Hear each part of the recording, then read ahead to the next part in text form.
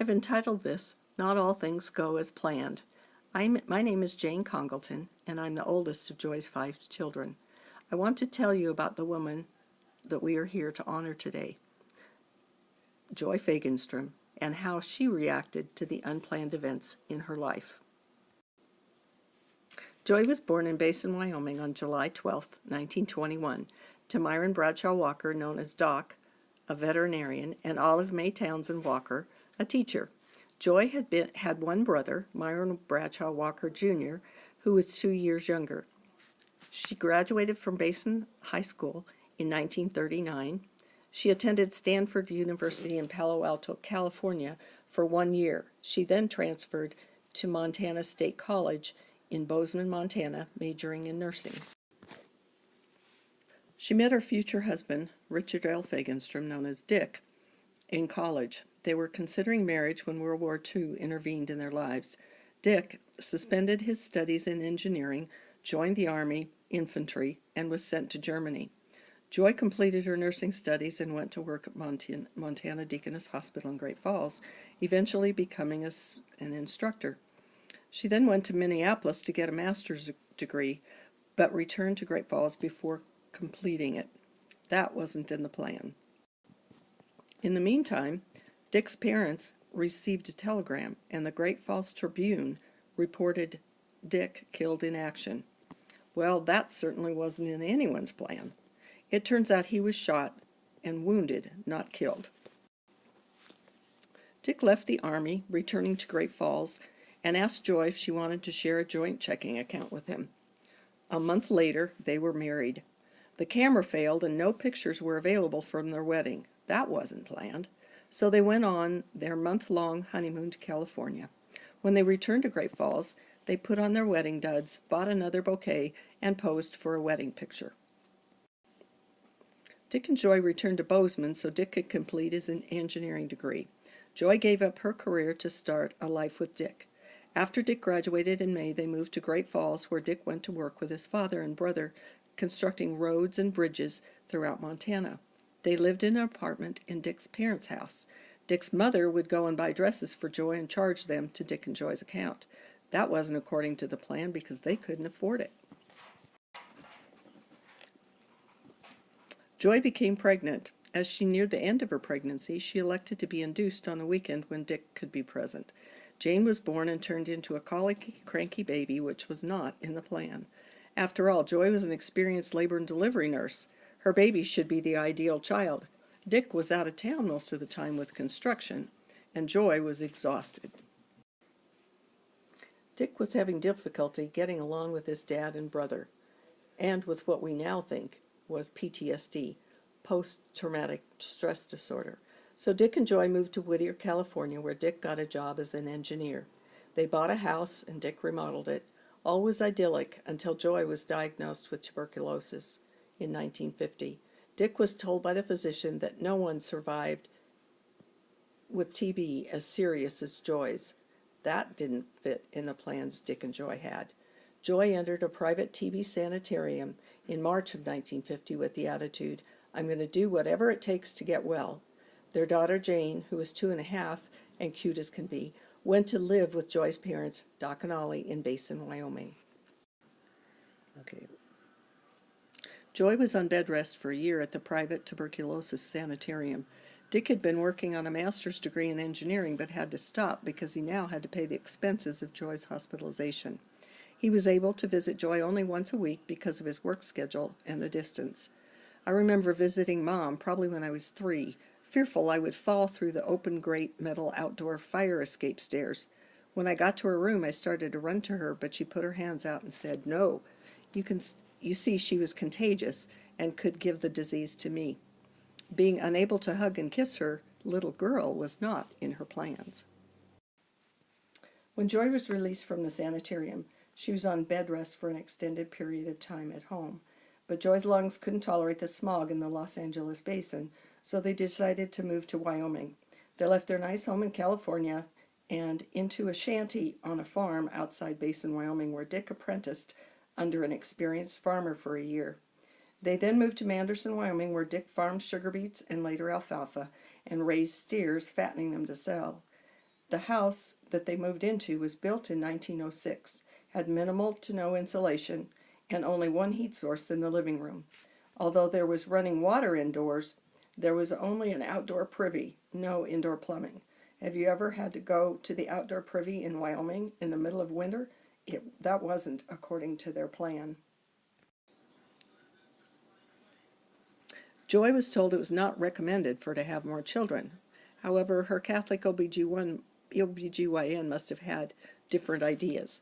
In 1955, Nancy was born. 3 years later, Susan. 13 months later, Janice. And 2 years later, a fourth unexpected bundle, a boy, Joe. That wasn't in the plan, but they adapted, remodeling the house and accepting the circumstances. 6 weeks after Joe was born, Joy developed a painful condition with an ovarian cyst that twisted on a pedicle. Dick packed up the 4 youngest kids and drove Joy to Great Falls, Montana, where she had surgery. That wasn't on their current plan. In 1963, they left the farm because they realized they could not make a living farming and raising steers and send their children through college. So they moved to Great Falls, Montana, where Dick worked as selling life insurance. After an 18-year hiatus, Joy went back to work in nursing, initially in ICU, intensive care, and then labor and delivery, her passion. Joy and Dick moved to Eastport, Idaho in 1970 when Dad got a job with the Customs Service. Joy's mother came to live with them in a customs house, which had 2 bedrooms, an unfinished basement where the kids had a dormitory, and only 1 bathroom. You can imagine what it was like in the mornings getting ready for school. That wasn't planned. In 1971, Joy's physician found a lump in her breast. She went into surgery with the knowledge she would awaken to the removal of a lump or a mastectomy. When she woke up from anesthesia, she asked me what happened, and I was the one to tell her that she had cancer and had had a radical mastectomy. I saw her cry very few times in her life, and this was one of those times. This was not in her plan. 6 weeks later, she had a hysterectomy for cervical cancer. She had 4 children still at home, ages 16, 13, 12, and 10. They bought a house and moved to Bonners Ferry, Idaho. That made her life much easier now, not having to travel the 30 miles each way for groceries, church, kids' piano lessons, and high school activities. After Joe graduated from high school, she went back to work as a nurse in the hospital in Bonners Ferry. As her mother became more disabled, Ollie moved to the nursing home, where she spiced up their life more and Mother's less. Joy worked 2 years after Dick retired. Even when she was in her 80s, she commented how she would like to be able to continue to work in nursing. They bought a motorhome and toured the U.S. Then they bought a home in Mesa, Arizona, and enjoyed their winters in Arizona and summers in Idaho for a number of years. When my husband and I moved to the Phoenix area in 1996, Mom and Dad sold their house in Bonners Ferry and their house in Mesa on the east side of Phoenix and bought a house in Surprise on the west side to be close to a golf course and to us. Joy's next unplanned event occurred a few months after she and Dick celebrated their 60th anniversary. Dick was hospitalized with congestive heart failure. During his hospitalization, he was found to have a cancerous tumor in his lower abdomen, and it was inoperable. About 3 months later, he passed away on December 23, 2006. Joy now had to learn to live alone. Dick planned well those last few months and left his affairs in excellent order for her and their children. Joy had developed sciatic pain while taking care of Dick. She was 86 years old. She had spinal surgery, a rod and pins put in her back, and was pain-free immediately after surgery. She did get frustrated because she saw no reason why her body didn't recover more quickly. After all, in her mind, she was only in her 50s. In 2011, she spent the summer with her children in Washington, Idaho, Montana, and California. That summer, the family gathered and, with her present, discussed the options of where she could go when she decided to leave her home in Phoenix. Just before she was ready to return to Phoenix, her oldest son-in-law, my husband, told her he didn't think she should be driving anymore. She had a number of car accidents or near misses, the most serious just before she left to go north that summer. She was 90. In October, her family descended, packed her household items, and moved her to Missoula to live at Grizzly Peaks, an independent living center. I asked her amidst the hubbub of her move how she felt about it.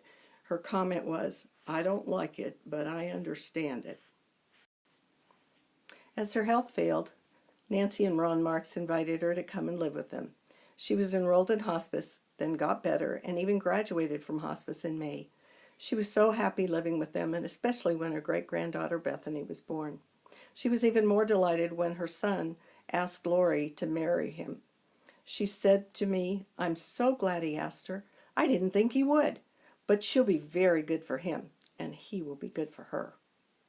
As she was failing, Nancy and I were with her when she said, "I've got to get up and get ready." Nancy said, "Where are you going?" Mom said, "To the wedding."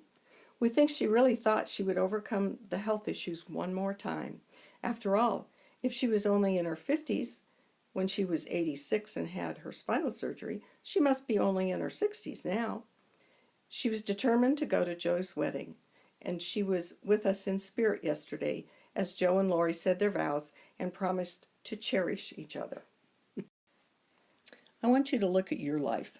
What do you have planned? But the bigger question is, how will you react when your plans don't go the way you want? Mom faced more adversity than most of us ever will, and she faced it with grace and courage, having a positive attitude, the mental attitude of a survivor, never giving up. I would like to end with a quote from Dorothy Rodham, who said, "Life is not about what happens to you, it is about what you do with what happens to you."